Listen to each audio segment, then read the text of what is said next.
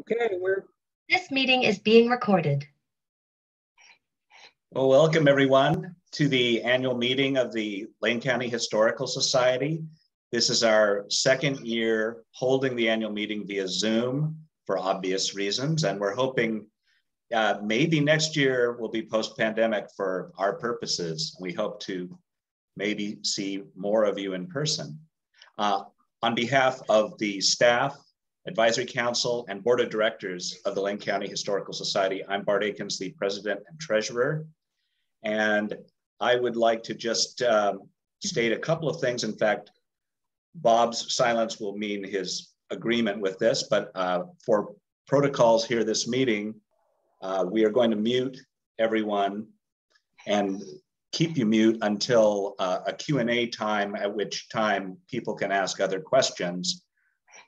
We're going to also only let the current speakers, the co-hosts, Bob and I, and then the person speaking at the time will be unmuted, including our keynote speaker coming up.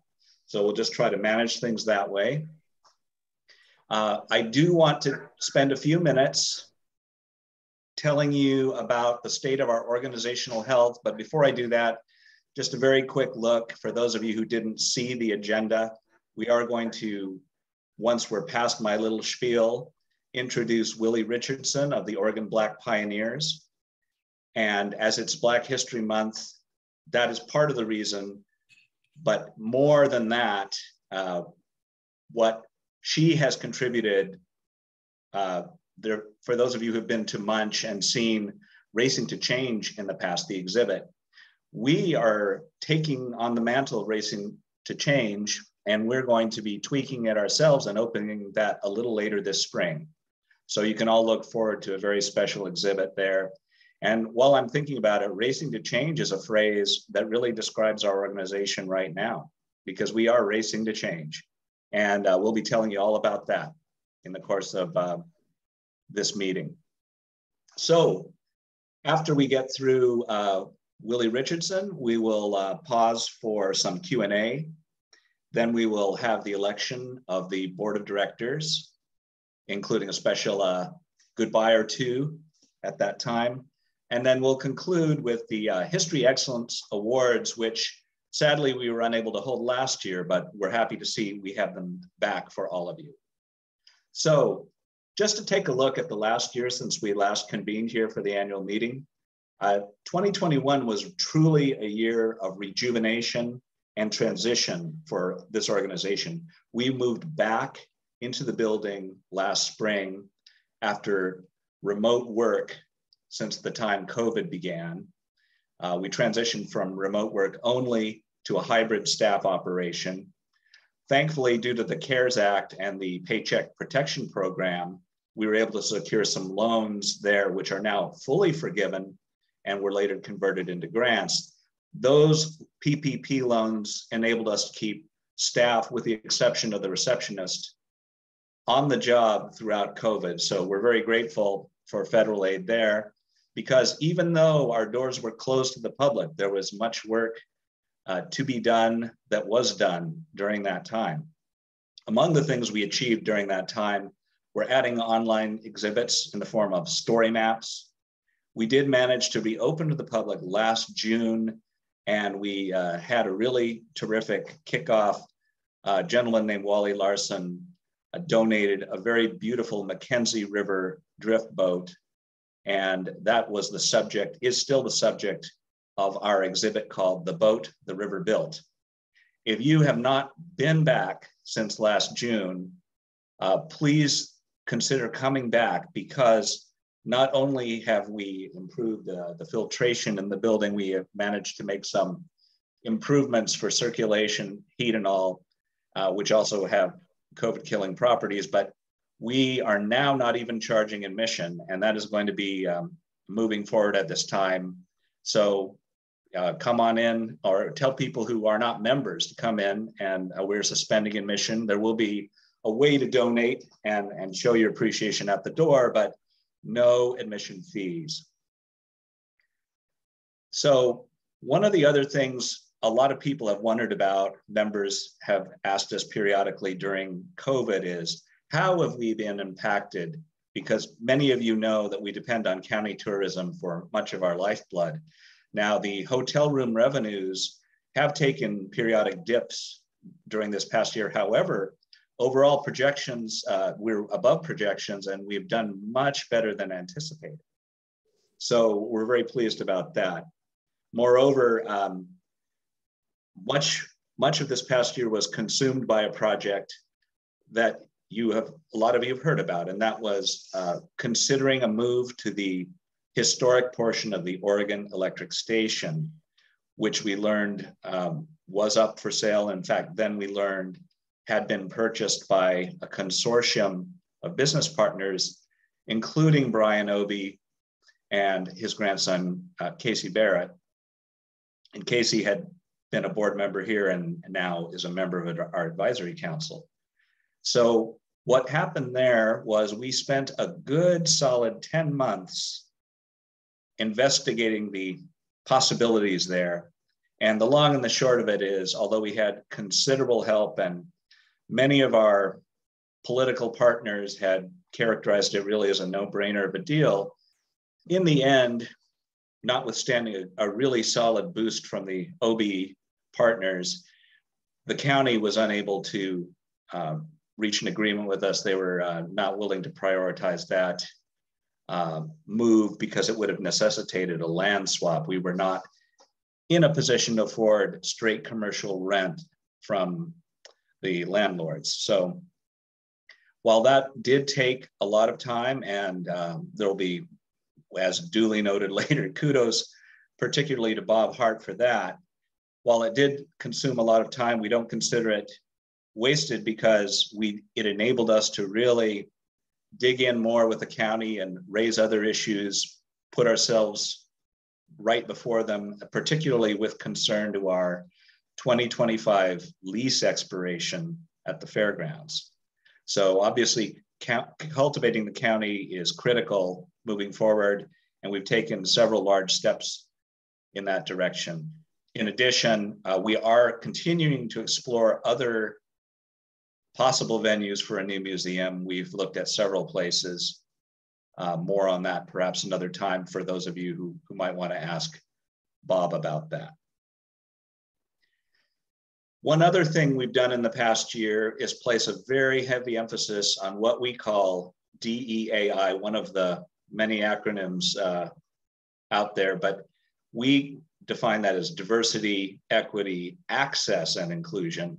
Sometimes we're under DEI, but we thought access was an important component, and we do mean the physical access issue for those who have trouble. For example, at the fairgrounds, as you know, there's an upper level that poses some access problems, but we are going through a complete bottom-up review of our policies, procedures, and really our underlying philosophy of what the museum is, who it serves, how we serve you. So DEAI is an initiative that will be on the boards for some time to come, for the foreseeable future. We have a very detailed action plan we're fleshing out in the coming year, and you will hear more about that. Before I make an announcement about succession, this is the appropriate time to say a few more words about Bob Hart. Now, for many of you who've been around as members for a long time, Bob is not only the face, but pun intended, the heart of the Lane County History Museum. He has been here going on 20 full years, calendar years, and will be retiring. His last day on the job is June 30th. So sadly, this is the last annual meeting at which Bob will be present as executive director.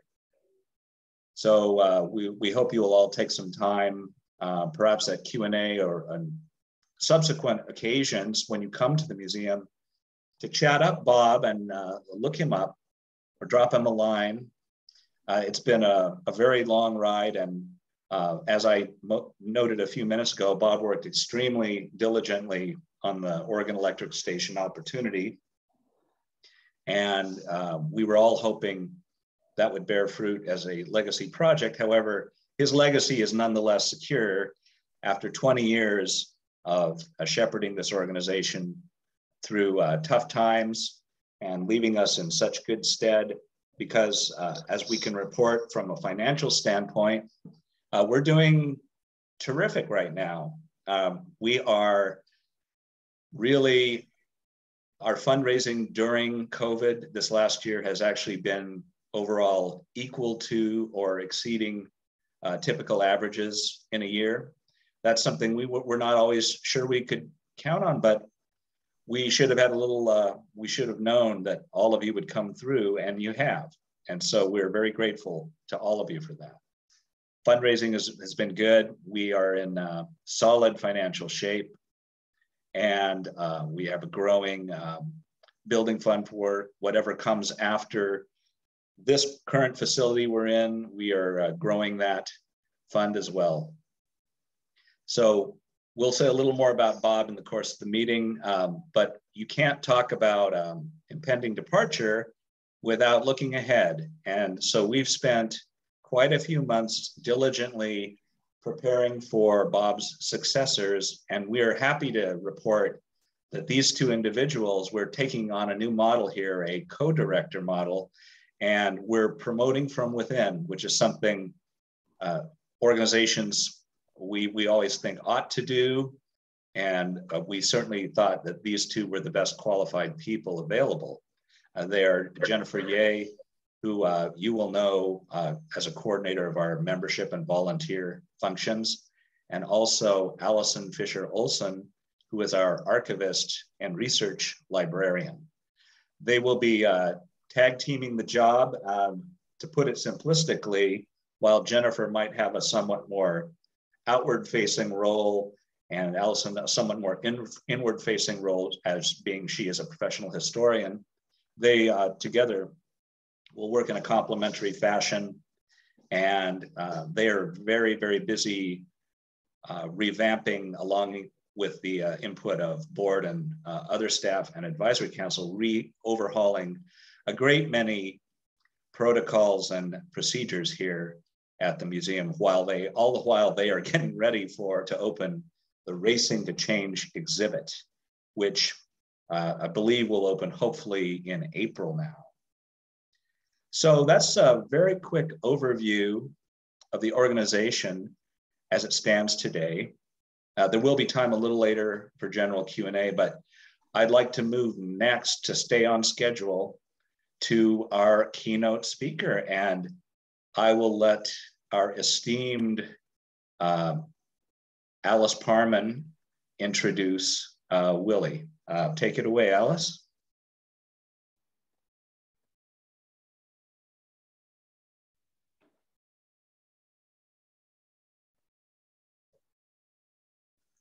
Alice, I believe you're on mute. Damn.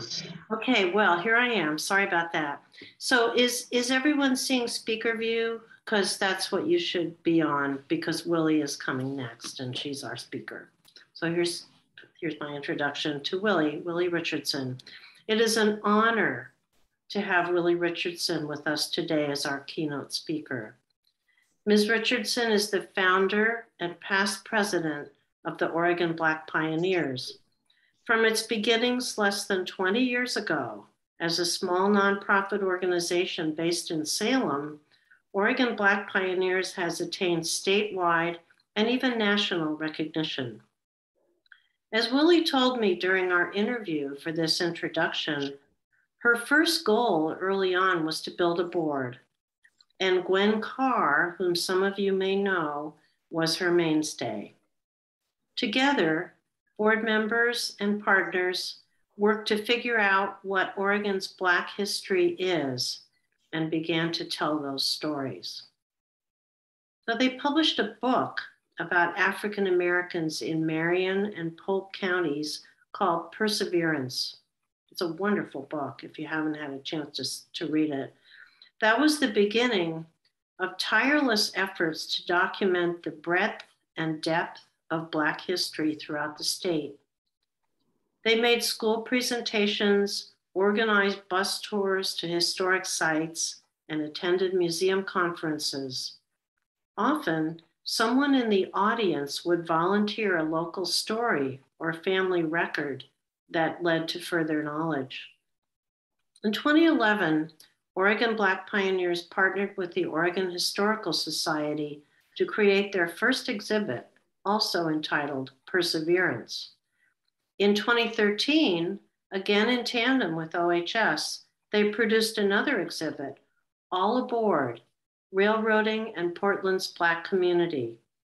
This was followed by 2 more exhibits hosted by OHS, A Community on the Move, focused on Portland's Black history in the 1940s and 50s, and Racing to Change, about Black history in Portland and elsewhere in Oregon in the 1960s and 70s. And this was the organization's first traveling exhibit. A special edition, as Bart said, a special edition of Racing to Change is now in preparation here at the Lane County History Museum, featuring collections-based stories about Lane County's Black history. In 2020, the Oregon Black pioneers hired their first executive director, Zachary Stocks. Kim Moreland, a noted historian and historic preservation specialist, was elected president of the organization last month. Innovative leadership is part of Willie Richardson's legacy. She told me that her grandmother always said, "A good leader makes a good follower. A good follower makes a good leader." Let's welcome a good follower and leader, Willie Richardson. Thank you so very much for that kind introduction after our brief interview, but we also have a past as well, Alice. We go back a little bit too. It is certainly my joy to not give you a speech. I'm not a speech person. I view myself more as a conversationalist. Because I like dialogue with folks. That gets us further down the road than just me rattling off a speech and going on my way. So don't expect traditional in speech, as I try to share with you a little bit about how we function as an organization in developing our exhibits. And I know you're thinking specifically about Racing to Change, but we, I think, stumbled into an unorthodox way of us to develop our exhibits, which would include Racing to Change. We followed a certain process to get to the development and the presentation of the exhibit to the broader public. And as a result of that, it proved to be successful for us with our exhibits, because as we put them before the public, we soon learned, and OHS soon learned, that we commanded attention, and their attendance for our exhibits, each one broke records from before. So we had hit on a good way of initially doing the initial process for our exhibits. There are some things about building exhibits, and I know you full well know this, that are mainstays. There's certain things. But for us, there was a key before we got to all of that that was important, beginning with the board and how we discussed and talked about exhibits, what we wanted to do, what would be a good way for us with our skills and abilities to go about that, given we were an all volunteer board. And I think you kind of know that process too. Nobody gets a paycheck at the end of the day, no matter how many hours you put in. So where do we find the time and the commitment on board members' parts to be part of doing an exhibit out there? and then trying to figure if we can agree on the fact that we want to do an exhibit, what it is that we want to do an exhibit about, and getting a leadership team from that group. And I say that because everybody on a board can't be the leader. There's got to be some followers, and there's got to be some folks who are willing to just sit on the sideline because they either don't have the time. And if you don't have the time to commit to something, shut up, sit down, and let the rest of us who got the time and the energy to do the work. And so we start there with our board and what we're willing to commit to. Once we have gotten the full commitment from the board, from the leaders to the worker bees to the sit on the sideline, the work then begins, and we start talking about, and this is where we do things a little different maybe than everybody else. Our first goal is, who in the broader community can we bring into this discussion? Because we're going to need those folks to help us with this exhibit, because they have the information, they have artifacts, they have the stories, they have a lot that we don't have, particularly if you're not a born and bred Oregonian, or you did not live in the times and the state when something was going on. So we start with the community, and as a board, we talk about and list out all the folks that we know that are out there. And then we proceed to call those folks and say, hey, can you come sit down and talk with us a little bit? We have this idea that we want to build an exhibit around, but we need your help. We need your input.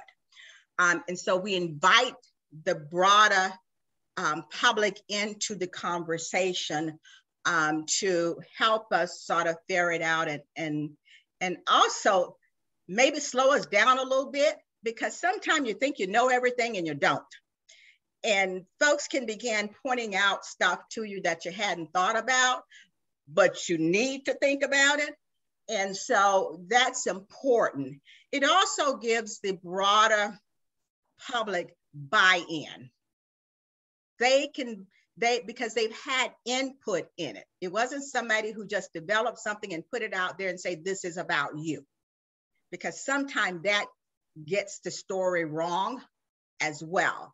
So we really lean into the broader community with, we need you to talk to us. We need your input. And if you're not the person, tell us who can help us.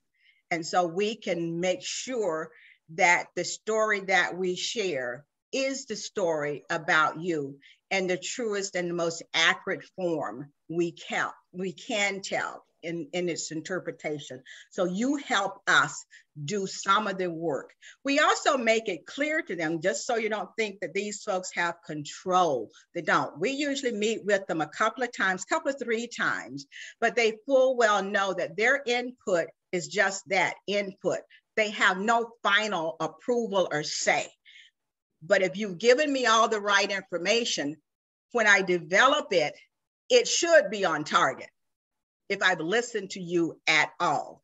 And so we approach things slightly different as we rely on them being the advocates for this final project that we have. One other thing that we do, and on a number of them, and Alice, you might know how many, we don't think that we know so much that we can pull all of these folks together and sort of corral them and be part of the conversation as well. We would bring in our focus group of folk, but then we'll call somebody like Alice and say, we need your help to kind of keep us on track, keep the conversation and discussion going while we elicit material or information out of folks that becomes the framework for how we're going to design the exhibits. That is important, and it was important for us in doing the focus discussion, and it's a one-day thing, in that as the folks who are going to, in the end, put this all together, we also need to be part of the conversation. And for me, it's hard to be part of a conversation if I'm trying to hear what you got to say and write it down and kind of help you put it into perspective. So we were smart enough not to do that on all of our exhibits. We just call up the folks that we know can help us do that. And we latched on to Alice early enough in the exhibit stages that we could do that. And so she was remarkable in capturing the focus groups discussions such that we can take all of that information and go back and look at how we're going to segment the exhibit that we were planning and thinking about, and it helps us try to figure out what the real interpretation of the story is going to be, how it is going to flow from one to the other and not create confusion in terms of what came first. So it's really important and was important for us to do that. We've never relied on what do you would call them, an outside kind of group of people who put together exhibits. That would not have worked for us, I don't think, because we appreciate the public's input, because in the end, it is their story that we're trying to tell and interpret it. And without their involvement, it wouldn't happen. And sometimes groups that put together exhibits don't go to the public, those who are most affected and those who your story you're trying to tell. You don't talk to them personally. You're only looking at what you read. And I will tell you that for every story that's out there, there is a backstory.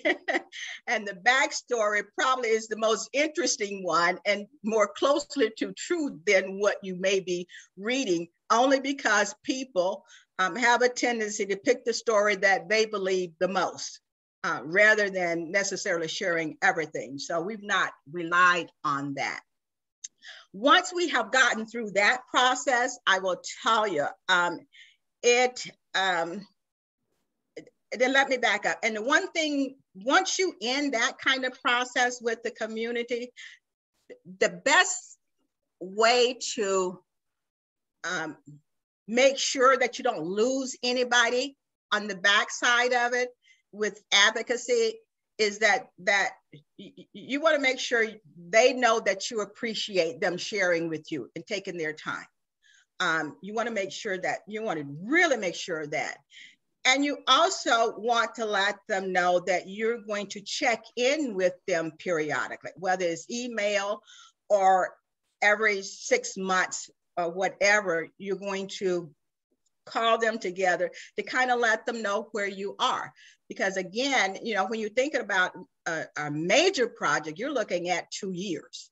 Because you're looking at 1 year of planning and trying to get it all together, and another year with getting everything fabricated and working toward the end. At least that's how our thinking, that's how our exhibits have run. So you want to kind of check in with them every once in a while, just to let them know that you're still working on it, and this is the progress you have made.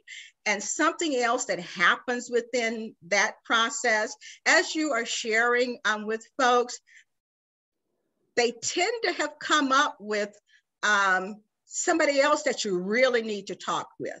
They have identified where you might find photos or where you might find artifacts, you know, with this family. So a number of things happens each time you are speaking with that group of folk, because sometimes you can't find everything. OHS don't have everything. You know, there's stuff out there still in people's garages and basements and attics that would work even better for you than what you might find, say, at an OHS storage kind of place. So they become extremely helpful, continuing their help during this process of check-in.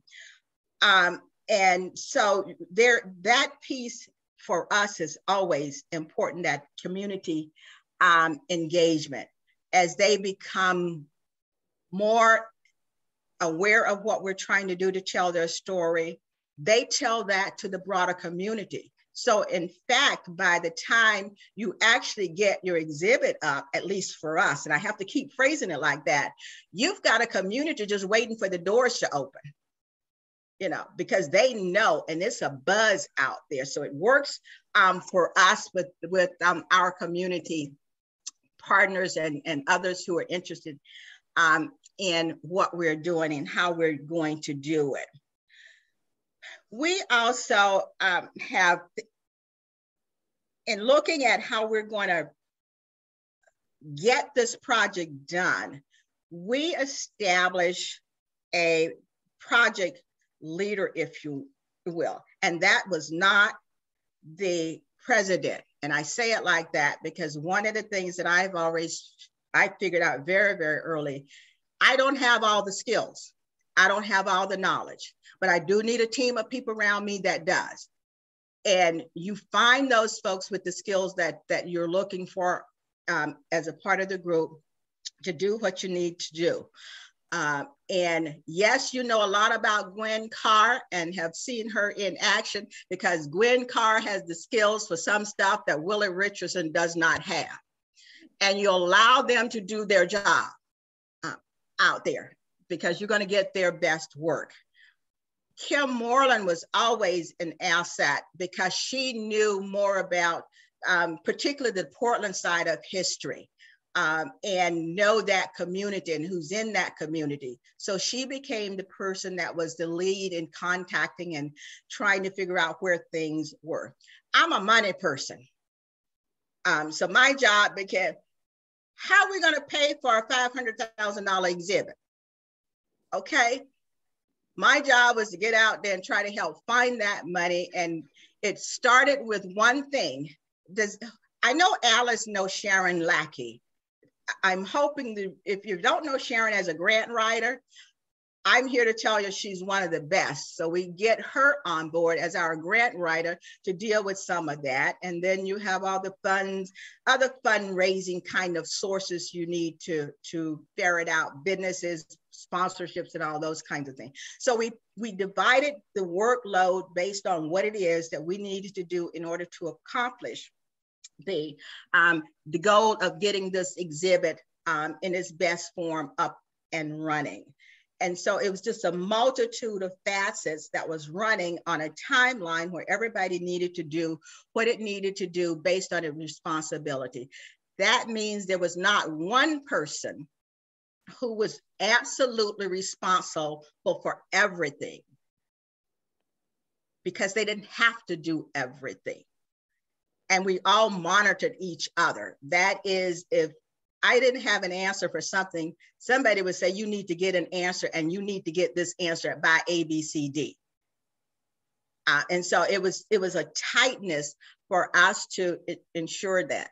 The one thing that I will tell you, and Bob probably can understand this, as the executive director and me functioning as the president of the board, and this was before we hired an executive director, you do get concerned, and you do, I don't want to say worry, but you do watch things closely to make sure that things are getting done. And when you have a concern, you raise those issues so that everybody is on board again, and know that if you miss the deadline today, that puts us behind, because there's a potential to miss a deadline tomorrow as well.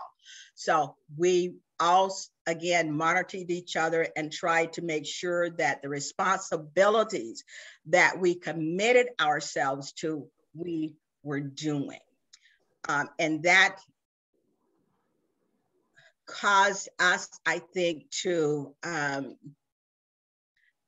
run somewhat of a tight ship, so we could make sure that the full development of the exhibit would take place, and that becomes a smoother process, if you're understanding what I'm trying to say here.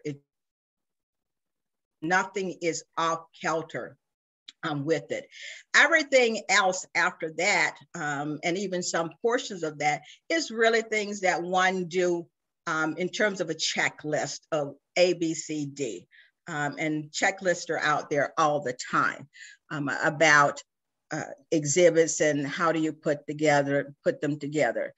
And I have looked at dozens of them. And one of the things that immediately jumped out at me was we did an unorthodox way of beginning our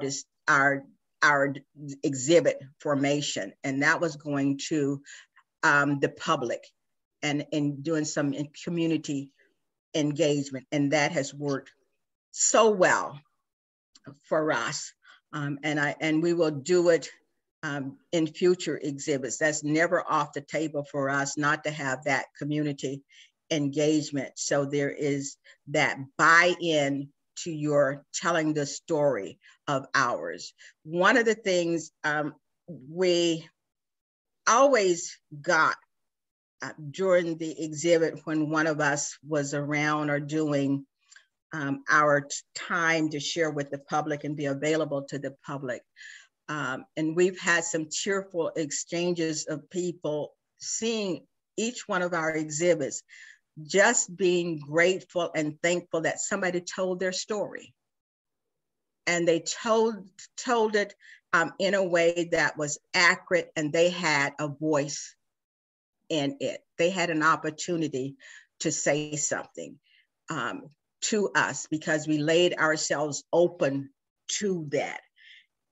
And just to show you how sassy I actually was about it, and I'll say me because I, as president, is your job to take the brunt off of the board, would say to the public, what you will never say is that you did not have opportunity to provide input.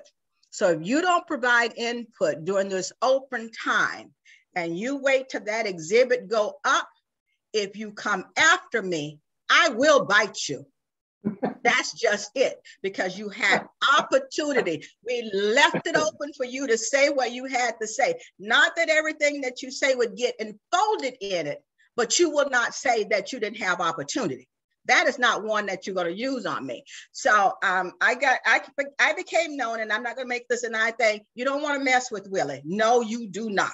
Not on this. So it's our way of doing things and how we've managed to move ourselves through exhibits. And in the end, each one has been an amazing success for us, along with the traditional things that one do in developing exhibits. That is the most unorthodox part for us. And so, Bob, I don't know whether I did what you wanted me to do, but it's what I could do. I leave myself open to questions that might further ferret out something somebody is curious about.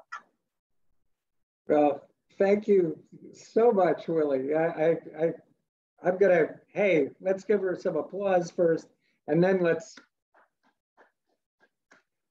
I wanted to suggest that, you know, I got to observe you folks in action, and you were doing some things better than we did. Do you remember you had a board meeting here? And I expected that I was going to have 11 or 12 people show up. We put out tables and whatnot. And I believe you and Gwen showed up. There might have been a third person. And then you did everything remotely. You had people dialing in. So your board members were at their board meeting remotely. And that's not how we were doing it. I watched that and went, wow. And this is before COVID or whatnot. And what that meant, of course, is that you were bringing in input from folks who couldn't make the physical meeting, which of course is always a barrier in terms of if you're just doing physical meetings. So I thought you guys were way ahead of the power curve early on. The other thing, and here's a question for you. Your All Aboard exhibit, you actually did travel, didn't you? Because we wound up with it down here It wasn't as full as the one that was done up in Portland, but I remember we had a packed meeting down here, and Ed Coleman got up and embarrassed us, the Historical Society. He said, your sound equipment is miserable. You need to get better sound equipment. And we now have the Ed Coleman, if you will, memorial sound equipment, because he was 100% correct. We had a packed meeting and everyone could not hear what was being said. You know, we have some real limitations in this building, particularly with acoustics. But do you remember that? Well, you remember that we had the all aboard. Yeah. I do, Bob, and with the technology that we use just for the meeting, and I'll deal with the all aboard exhibit as well. We were really forced to look at technology quite some time ago. And the reason for that is because we hold ourselves out and is a statewide organization, we wanted to have board members from around the state. And to do that, everybody just cannot get up on a Saturday morning and drive from Timbuktu, you know, to a meeting. So we start looking at technology so that people can call in. They want to participate and be part of board meetings, but they're not always willing to drive a long distance to get to it, depending upon where your board meetings are. So we opted to look at board meetings electronically through phone, and so folks can call in and still participate. I mean, much like it is today. And I would venture to say, and over the last couple of years or so, with COVID and having to do this, you also wind up with better participation from your board, because they can call in or Zoom in, if you will, from anywhere in the world, and don't have to worry about getting to a meeting. Though you would like folks around the table, I would opt to say, if I can't have you around the table, I still want you part of the meeting. That cuts on some time going back and having to go over stuff at the next meeting because this person was not there, this person was not there. So that was part of our ability to do that. Each one of our exhibits, to include all aboard, have been in various locations in bits and pieces. And that's the wonderful thing about all of the exhibits that we have created. And this too, I think, just happened to be lucky stumbling into it on our part, because remember, we're not trained people to do exhibits. We just know what we want to do and try to do it. Each one is segmented in such a way that it can travel on its own as a story, which is how you're beginning to look at Racing to Change. You have pieces of what we created, but you also wanted to create a second piece for yourself. And not lose the beginning piece. So everything is built in a way that we can section out or do combination of sectioning. And that wasn't necessarily so much by plan design, it just happened to be that way. And so we've gotten fortunate on that, and it travels. And all of our exhibits, like I say, is like that. We've got exhibits all over the place now, thanks to Zachary. And his ingenuity in putting some of our exhibits out there and having them available. And February is the month where everybody wants something about Black history, which drives somebody like me crazy. Like, what happened to the other 11 months out of the year? Good, you know? So we've been fortunate and we've been blessed. We have 2 more of our exhibits we want to see develop into pop-ups, which makes it easier to. Racing to Change is a pop-up out there. And like I said, the others we can split up and divide. So we're doing what we can to make Oregon's African-American history available to ever and anybody who wants to learn something. Thank you, Willie. I'd like to ask people to put questions into chat, and then we'll unmute you. And Alice Parman is next. Thank you, Bob. Willie, I just thank you for your words about my facilitation of your initial meetings. And you talked about Sharon Lechte and her help with fundraising, but what about Alan Ransenberg? I mean, his role, I think, was quite crucial. Don't you agree? Alchemy. Yeah. Yes. Thank you for mentioning that, because Alchemy, who's Alan Ransenberg, is the set designer that we used. And actually, Alice is in my notes. I just didn't see it through the glasses. Okay, thank you. But again, that's part of the what would be a normal process for everybody. You got to have the set designers, you got to have the location and all that kind of stuff. But Alchemy of Design with Alan and his team was amazing with us, and bringing things into cost perspective, and more importantly, looking at the actual set design. Because when you have all of this stuff that you have, and you also need to weed some out and say no to some, that team was remarkable in helping us get that into focus and where it should be. Just everything about coloring and all that kind of stuff. So they're a great team to work with. And Alice, just for a point here, they're currently on the backside of helping us design and put together our online museum with hopefully that'll be going up long before the end of the year. We've been struggling with it for a while, but they're also working with us on an online museum, and we'll be putting some of the exhibits up, and some of them will be newly designed because everything has to sort of fit to this new medium, which everybody is going to. So, but thank you. Yeah, Alan Rance. And Kelly, who's his mainstay. Kelly keeps his head above the water, okay? Okay, if people have more questions, please put them in chat and we'll unmute you.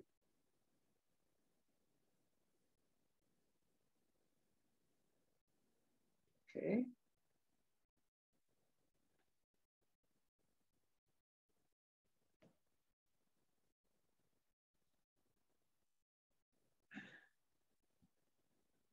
Well, let me ask this question, just to be sure. Did I cover what you were hoping for? Bob, that's a you or your team. Yes, definitely. Thank you, Willie. We wanted to know, what kind of a process you went through to create this exhibit. And you explained it very, very well. And the curious thing is that that's one of the things we're moving towards, is much more community involvement, as opposed to us necessarily saying we're the authorities. Okay, now I'm gonna go to the chat and we'll unmute folks and have some more questions.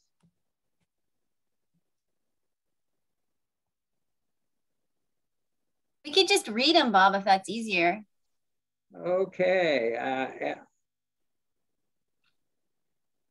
From Allison to everyone, something that I find to be a challenge when there's disagreement within the community. How have you dealt with that? Would you repeat that? Sure. Sometimes there's disagreement within the community. So if you're going out to the community to find the story, how do you determine when you have disagreement as to what actually happened?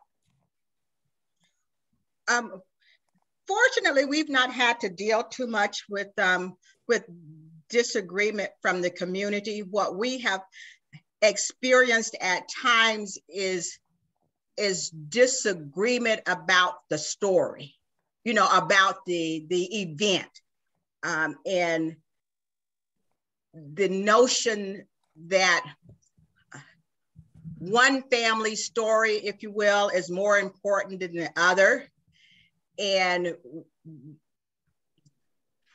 in some cases, when there has been stories where we've not been able to run down the accuracy, or there is two stories. Is it the right?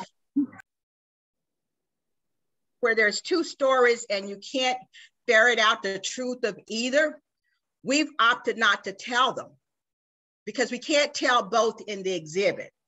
So we have to put it aside and do something different in terms of the interpretation of the event.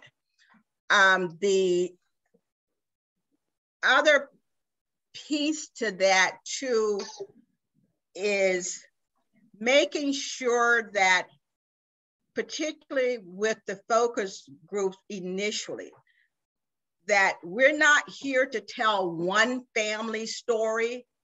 We're here to tell the broader story and interpret the broader story. So we're not going to focus in on one family, because one family can take up the entire exhibit. And folks have been really generous in understanding that.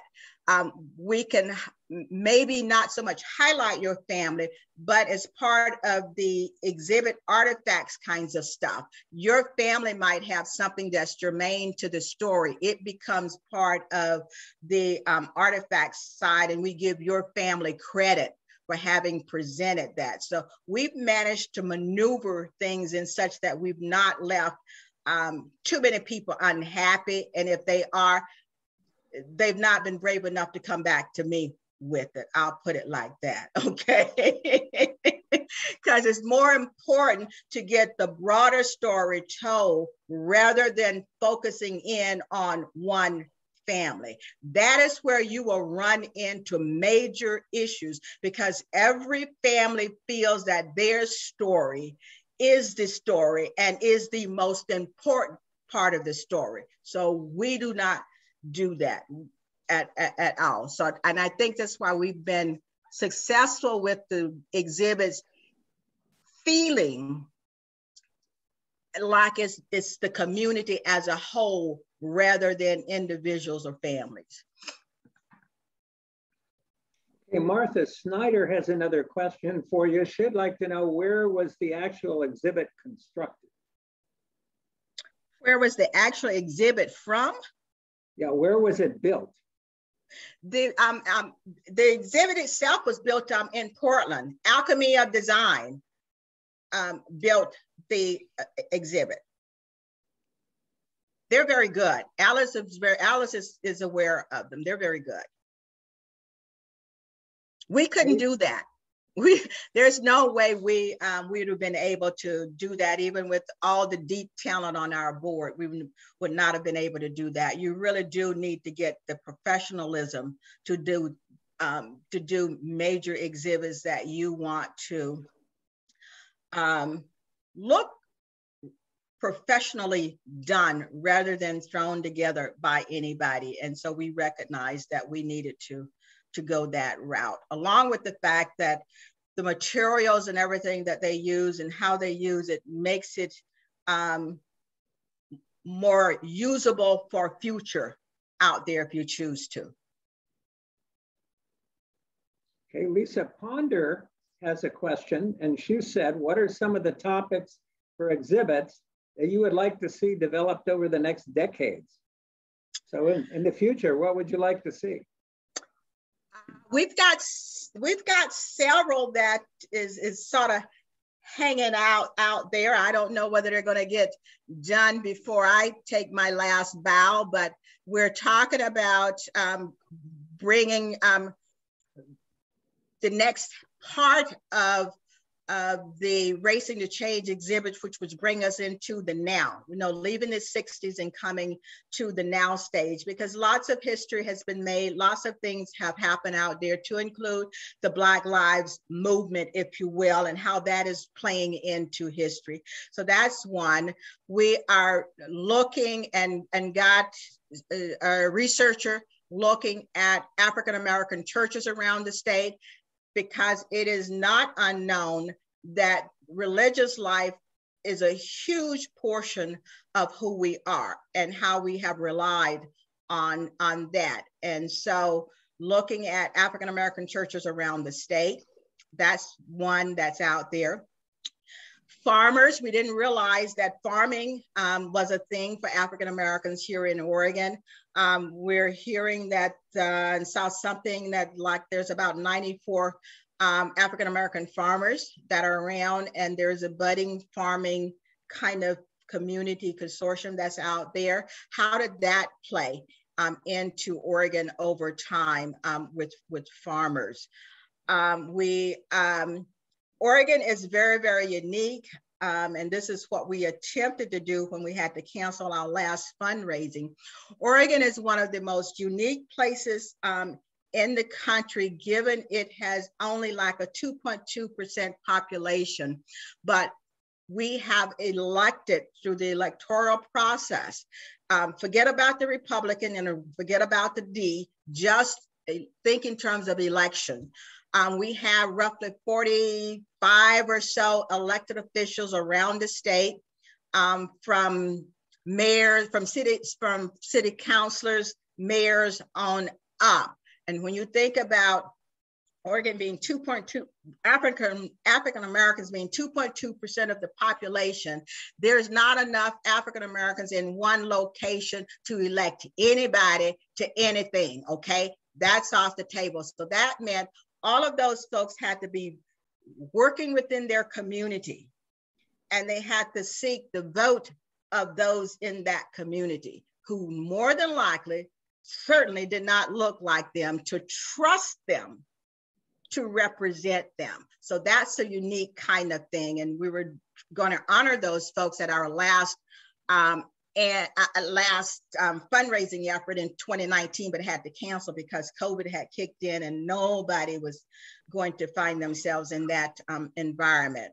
So that's that. And there are other kinds of things that are happening. Entrepreneurship. There's just a myriad of subjects out there that has enough history around the state that you could build an exhibit around.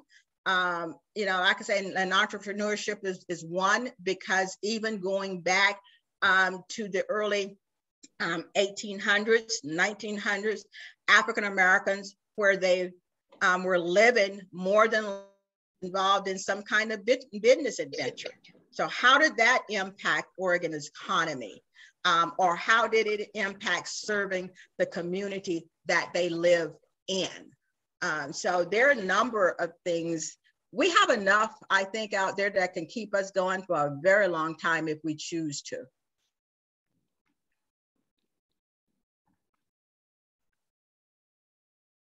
Okay, Willie, we actually have removed a member from the meeting because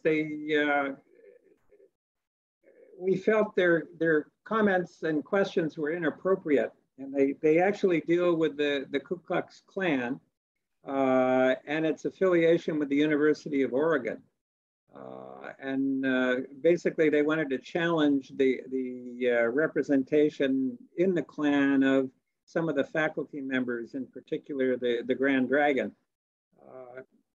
Since there is historical documentation that exists as to who were the members of the Klan, including the head of the Latin department at the University of Oregon, we didn't think that this actually deserves a whole lot of analysis because there's evidence.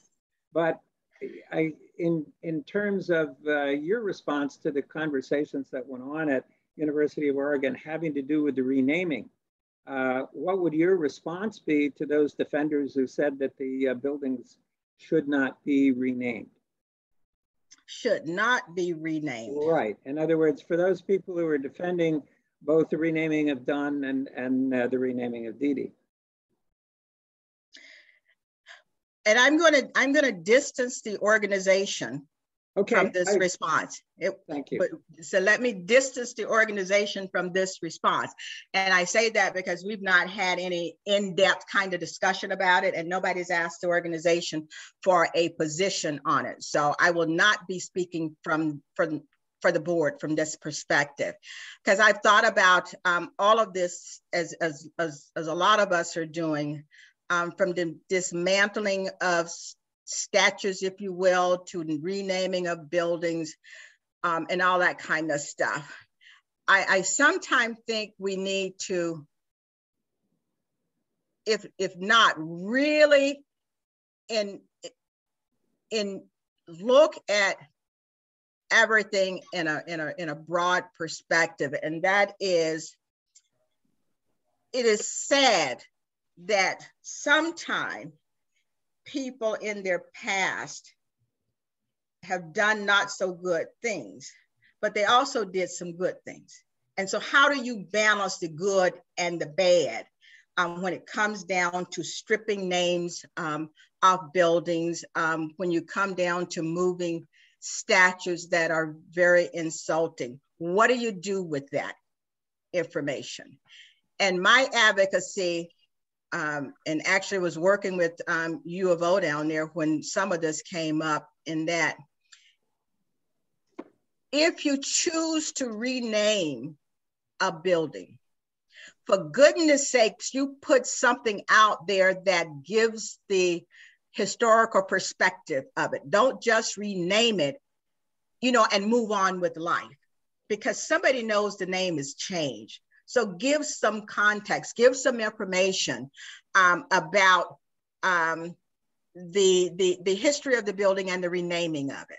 That's my thing that's most concerning about all of the removal of stuff. Even for me back South, and I'm a child of the South, okay? And I looked at all of those statues all my life, grew up on the property where the Civil War was fought, okay? So I know that stuff. When you remove so much and put it completely out of sight, history can have a way of repeating itself. And as far as I'm concerned, that's kind of what's happening now when you're seeing things being rolled back to a time that has the potential to enslave all of us. Maybe not with chains like slavery days, but put all of us in a position where we are under siege and under authority, because we got to a point where we thought everything was great and wonderful. There was no racism, there was no discrimination, there was no that, and it just laid dormant until it woke itself up, and it's terrifying. So again, with the building structures and renaming, I'm not totally opposed to them if it's that harmful to where it is, but for goodness sakes, put a plaque out there, put something out there that helps the public know the history of the building and the renaming of the building. Because it didn't get named what it did just because somebody was a Klan person. Somebody must have done something to cause them to want to put the name on it, unless they gave them a big chunk of money, which buys almost anything now. You give it the right dollar amount, it buys a building. I'm not sure that's what happened with that, however, but I want the history to be known. I want a plaque out there, you know, before you just strip something away. And that's my personal opinion. Thank you, Willie. I realize I put you on the spot by that. I wanted to at least dignify the fact that we had a member who, you know, had some concerns, and you know, you as our speaker and representative for OBP, yeah, I'm sure people were curious about your thoughts. So thank you for sharing those.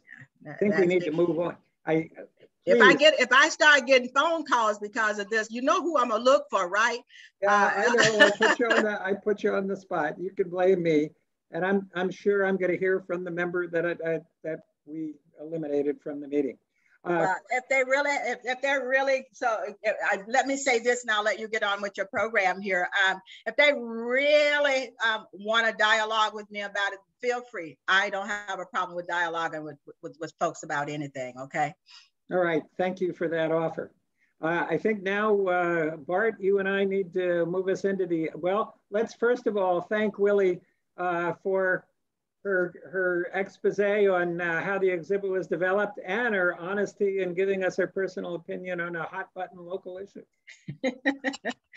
Thank you guys. Thank you very much. And I will say good afternoon, unless you feel it's necessary for me to hang in there with you. I don't mind, but it's, you know, you got some other business stuff to take care of from the looks of it. Are the persons who getting these awards going to be on screen? Yes, they actually, we have little thumbnails to give for them, awarding them plaques. I'll show the plaques. And they actually are all, well, with the exception of our one posthumous award, they're all actually on, and, you know, we'll be on Zoom to receive them. So. Oh, okay. Then if y'all don't mind, I just might hang around. I want to see who's getting what. So in case I bump into them. Thank you. Thank you for doing that, because you certainly don't need to unless you want to. Okay. So let's, okay. Bart, you and I are co-hosts along with the ladies, and we should be doing our election at this point. I guess the first thing to say is all the members received a ballot in the mail. And the reason for this is, since we're not actually meeting physically in person, there are some legal requirements to being able to vote at one of these annual meetings. So we got to make sure you're really a member and not just have everyone hold their hand up, you know, in a Zoom meeting. So there's a 2-week window now to return your ballot. And then we will count everything, make sure only members voted, and announce the results. I think, Bart, do you want to say anything about our candidates? These candidates have been serving, the ones, I believe you're going to see the names: Karen Olson, Jared Sweezy, Steve King, and Alice Christensen. Those 4 names. I'm not looking at the form right now myself, but I think those are our 4, yes. And they have all been serving Karen for some time, actually. This is kind of a new term for her. The other 3 have been serving just this past year.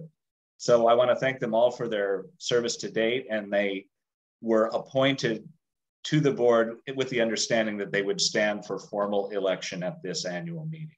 So I would like to put in a plug for all of them, including Karen, who's not present today, for her renomination.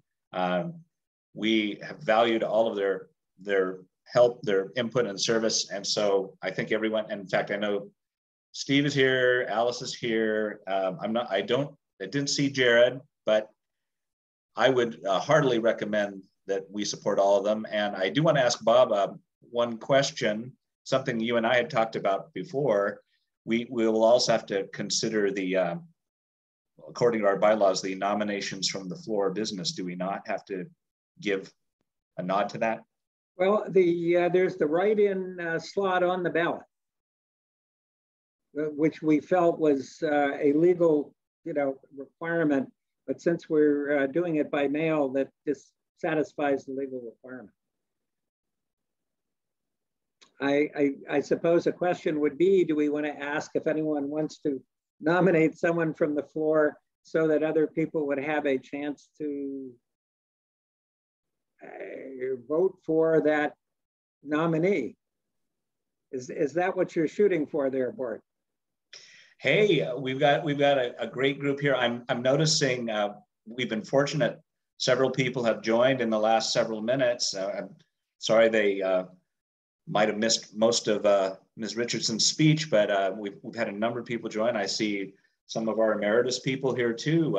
Dorothy and Steve Williamson also is here, who is on our board. So if anyone else, we are looking for more board members.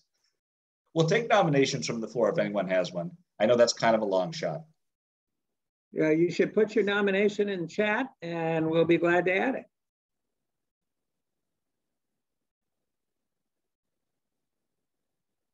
Oh, while I'm at it, while all of you are thinking or possibly contemplating nominating someone or just pausing to think, I do want to mention the board members we do have in attendance here. Vice President Bill Barrett is in attendance. Our Secretary, Alice Christensen, who is one of the nominees here on the ballot. And Steve King, who's also a nominee on the ballot. and a member of our advisory council whom you've already met, Alice Parman, who introduced Willie several minutes ago. Alice is also a past board president. I would note too that sitting board members are limited to 2 terms on the board, and that's 2 3-year terms.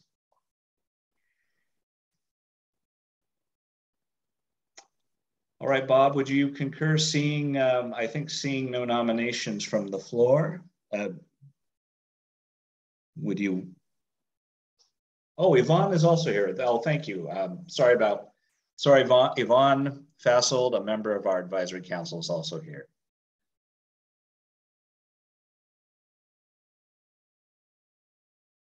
I think we can close the nomination period. Okay. So the nomination period is closed. And did you want to use this time frame for anything else?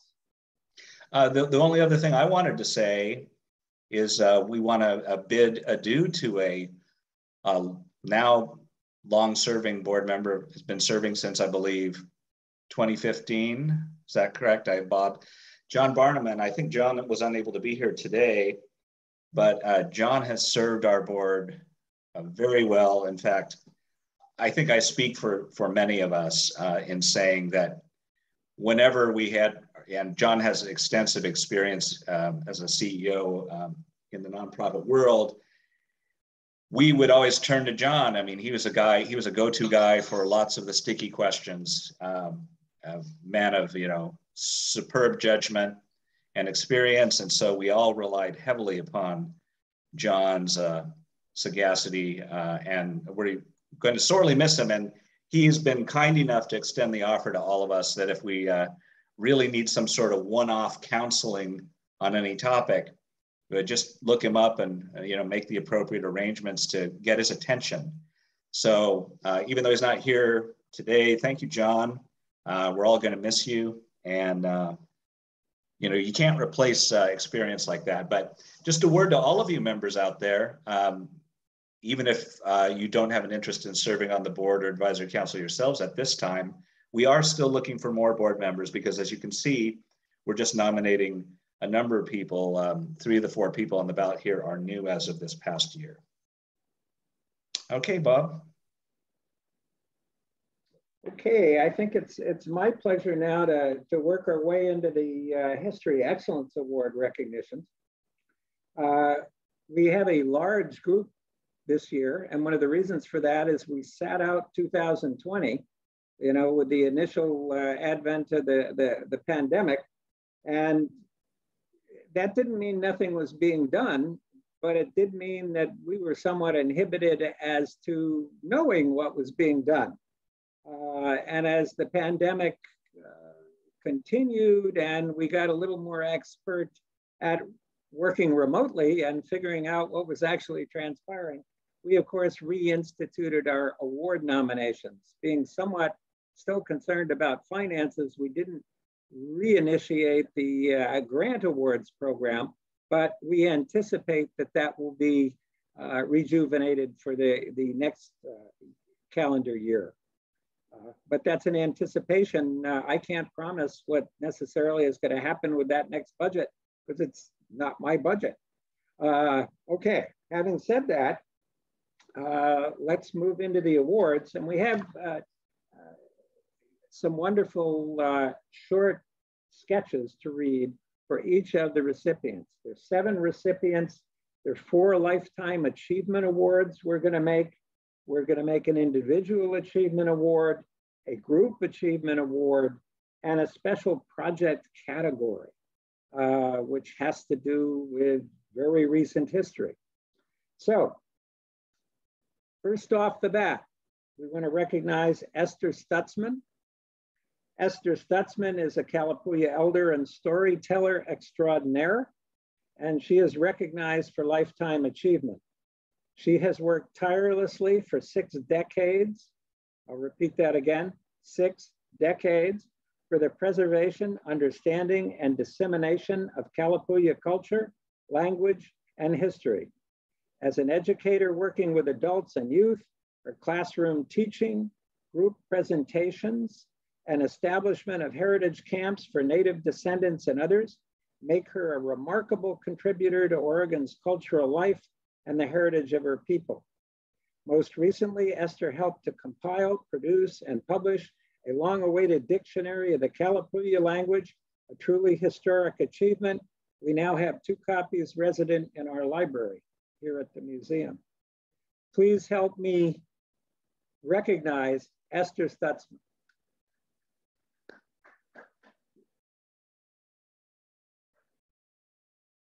If we were meeting in person, we would hand everyone the plaques. They're handsome plaques, basically Lane County represented, the category that the award is for, and then a short description, and then today's date. So we will guarantee that Esther will receive one of these in short order following our meeting, but probably not today.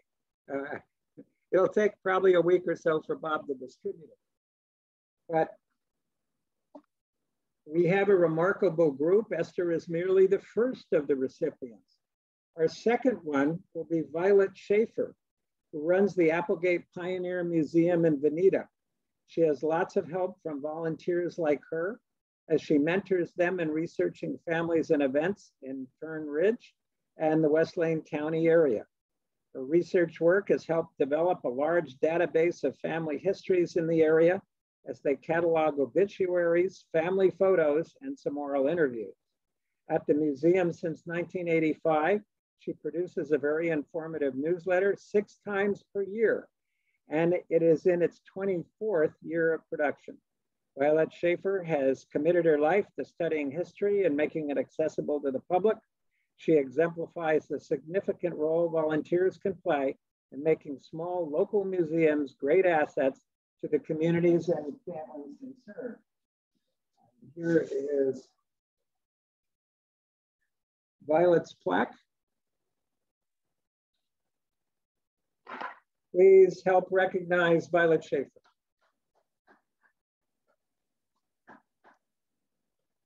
Our third of the Lifetime Achievement Awards goes to Karen Seidel. Following a decades-long career as a senior research associate in the University of Oregon's Bureau of Governmental Research, Karen Seidel began devoting her research and writing skills to our community's history.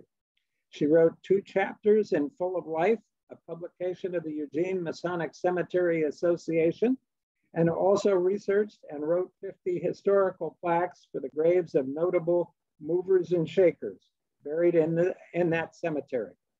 Karen also served for almost 20 years as editor of the AMCA's newsletter, Monumental News, and wrote many articles for that periodical.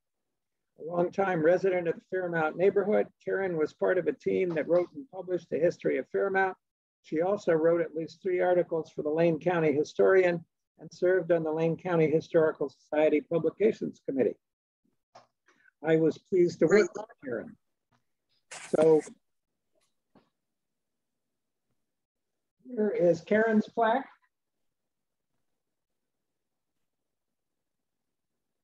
And please help me recognize Karen Seidel for Lifetime Achievement. Last but not least, in the Lifetime Achievement category, and we're a little late on this one because the recipient is deceased, and the current curator of his materials, Jay Swafford, excuse me, we have worked with, and there is a story map on the website for Wendling, which I believe Jay Swafford is still a resident of, or the site where Wendling once was. But Jay is here to accept the award for Curtis Irish. He passed away in November 2021 at the age of 91. He literally spent a lifetime collecting thousands of historical photographs of the Mohawk Valley. He opened his door to anyone interested in history. He believed that he was a caretaker of his collection and let people copy almost whatever they wanted. In addition to pictures and stories of early settlers, Curtis collected photos and newspaper articles about people of color in the Mohawk Valley in the early days. These images have been shown at the Oregon Asian Celebration for the past 20 years. Anyone can access the Curtis Irish collection online at Flickr. Just search for his name or any location in the Mohawk Valley. Accepting the award on behalf of Curtis Irish and present at this Zoom function is his longtime Marcola friend, protege, and the caretaker of his collection, Jay Swafford. Thank you, Jay, and thank you, Curtis.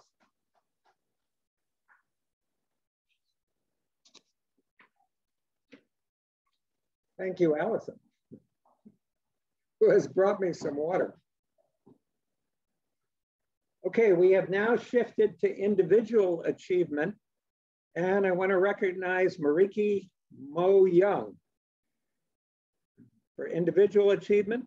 Among the many important accomplishments during her time as the Equity and Access Coordinator for Lane County Government, Mariki Mo Young and her team put together a public history resource called the Lane County BIPOC Timeline and Map.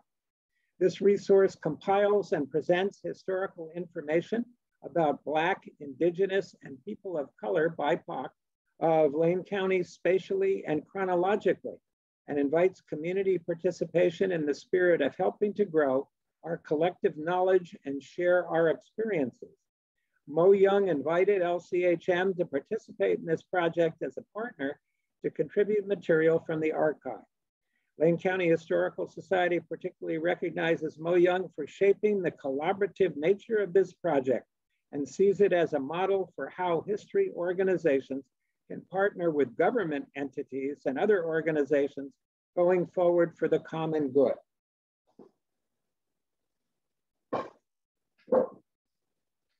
Here's Marike's plaque. Please help me recognize Mariki Mo Young.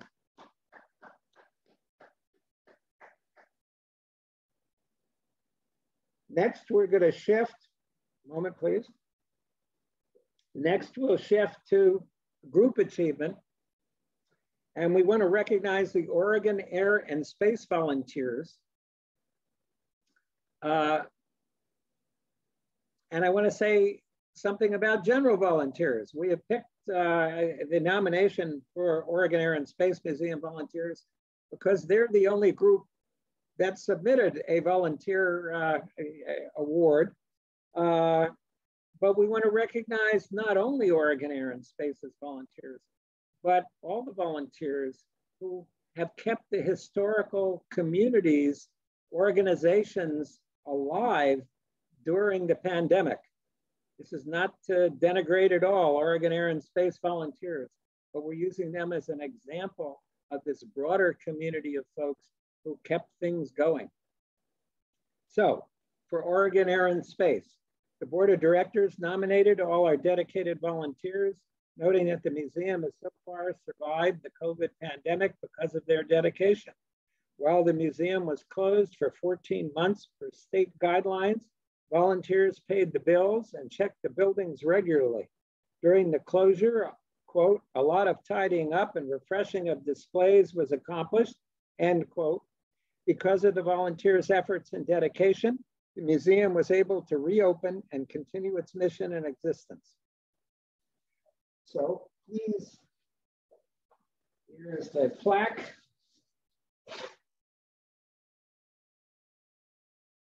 Oregon Air and Space Museum volunteers. Please help me recognize Oregon Air and Space's volunteers. Last, but certainly not least, and indicative of very recent history, we're going to celebrate a special project category and recognize Professor Catherine A. Lynch. In the spring of 2021, Dr. Catherine Lynch, professor in the Environmental Leadership Program at the University of Oregon, led a class of 12 students to create a historic record of the Holiday Farm wildfire. Class members interviewed 35 people whose lives had been affected by the wildfire. then created written transcripts of the interviews and online story maps. Both the students and people interviewed found the project personally meaningful and educational. Katie Lynch, a member of the UO faculty since 2005, is an environmental anthropologist. Her teaching methods built on her experience in conducting ethnographic interviews. This included the awareness that interviewees would be talking about an event that had resulted in significant trauma in their lives, and the questions needed to be open-ended. The project was conducted in partnership with the Mackenzie Education Foundation, the Mackenzie River Trust, and the Lane County History Museum, where a copy of the transcripts will be available. Here is the plaque for Professor Lynch and her environmental team. So please help me recognize Professor Lynch and her team. And because it's still covered, I realized that I must not have pulled out Curtis Irish's plaque. So here is Curtis Irish's plaque. My apologies for somehow not doing that in the sequence that it was intended. Let's give Curtis Irish another round of applause, please. Thank you.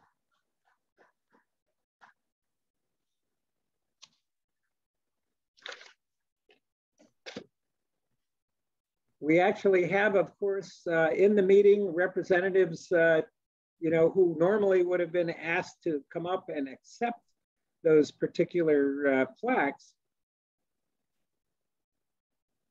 And I wanted to recognize that Dale Roxburgh is representing the Board of Directors for Oregon Air and Space Museum.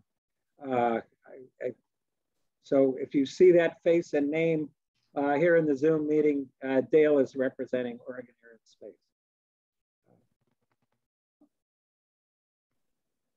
We normally do not ask the award recipients to actually speak, and that's the reason why I didn't unmute and pop over to everyone. And merely that's been the tradition. We do the presentation, we give some of the background, but we don't actually ask for a speech. Bart, do you want to take over at this point for concluding remarks? Thank you, Bob. And I think one way to end this meeting is to go back to the phrase racing for change, thanks to Willie Richardson being our keynoter.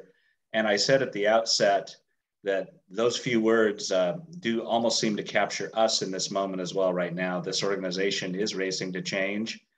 And it's interesting what fuels change. We all know that wars and pandemics undergird much social change. And so some things may have permanently altered in our landscape. We're hopeful we can get back to some in-person stuff or more in-person stuff in the future. In fact, I kind of miss that in terms of regular board meetings, much less annual meetings, but Zoom is probably more or less a permanent feature, regular feature of our landscape moving forward, as are other online exhibits. I want to stress again in looking at this last year and how we managed that, because staff was working the whole time here at the museum, albeit behind closed doors, so to speak, they were still busy creating exhibits and doing the work that a museum does. And we were, and Bob gave that shout out for volunteers in general. We were unfortunately unable, due to the nature of COVID, to have really a volunteer presence in the facility. However, since things have been picking up in recent months, we've seen a stream of volunteers return. And so we're very heartened by that, because those volunteers are indeed the lifeblood. And they're often the people that, and we're hopeful that we're going to get Bob, once he becomes the ex-executive director, we would hope to see Bob come back as a docent. In fact, I think Bob has expressed just such a desire. So Bob, I hope we have your word on that you will come back, and whether you are Professor Condon again on guest appearance, I guess you'd have to grow out the beard more for that, but whether you do that or something else, we're going to hope to see you at our door. So again, I want to end with special thanks to the staff, to Jennifer and Allison, who, let me say a little bit more. I don't think I said quite enough about them in announcing that they will succeed Bob. They have been doing a tremendous amount of advanced planning. And I think that what you're going to see, what's going to be different is that they're going to have a community focus and a focus on inclusion that will be on a whole new dimension, a whole new scale moving forward. And so while that will take some time to unfold, it's going to involve community buy-in to Willie Richardson's salient points earlier about involving the community at the outset and getting input, valuable input. That's something really that Jennifer and Allison have been championing. And so the DEAI lens we're wearing, the way we're going to look at everything moving forward, is going to involve community input. It's going to involve the formation of a community DEAI committee to help keep our organization on its toes. We're going to codify a number of things, commit to many things, things that we've already been doing, by the way, largely for the last year, but we're going to go the extra mile and have the community keep us honest. So in preparation for that, there's still some more groundwork to be laid, but we are making progress. We are racing to change. And I'm just looking quickly here at the chat feature. Lisa she says, will there be an event at the time of Bob's retirement and the installation of Jennifer and Allison? Okay, well, that's a good question, Lisa. I don't have an answer for you in terms of a public event, but unless someone else on staff or anyone has an opinion about that, but that will be taken under advisement. But what I would encourage people to do, again, as I said earlier, if you have not yet come back to the museum since it opened last June, please do so. Please try to make an arrangement. See Bob, try to meet Jennifer and Allison. We know people's schedules are different, but if you really want to get together or have some communication with them, you might check in advance on that. Bob, do you have any concluding comments? Is anything I've missed? No, I think it's been a good meeting, and my last, at least in this position. Perhaps in the future, just as a member and a voting part. Well, I can vote now, but slightly different perspective. And I look forward, not necessarily being a docent, but actually I think doing some oral histories, because I think there are a lot of folks around who can reflect on this organization who should be interviewed, and we ought to record, and we ought to get their perspective. So that's kind of part of Bob's retirement plan. Well, terrific. And thank you again, Bob, for your 20 years here of service.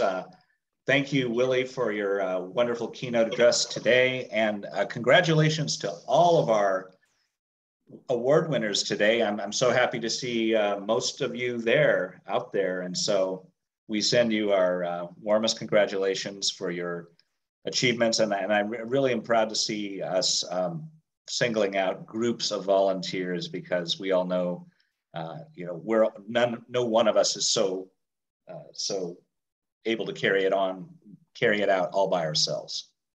So thank you, everyone. We'll look forward to seeing you at the museum. So we won't wait till this year next time exclusively, but hope you have a very good time, good year. And remember, of course, Monday is technically Statehood Day, officially Statehood Day, Valentine's Day. So remember Oregon's birthday. Our bylaws are such that we have to hold this meeting as adjacent to that date as possible. So happy birthday, Oregon.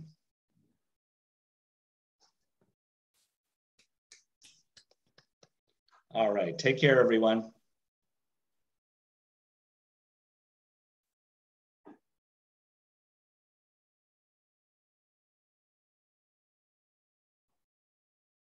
Okay, stop recording.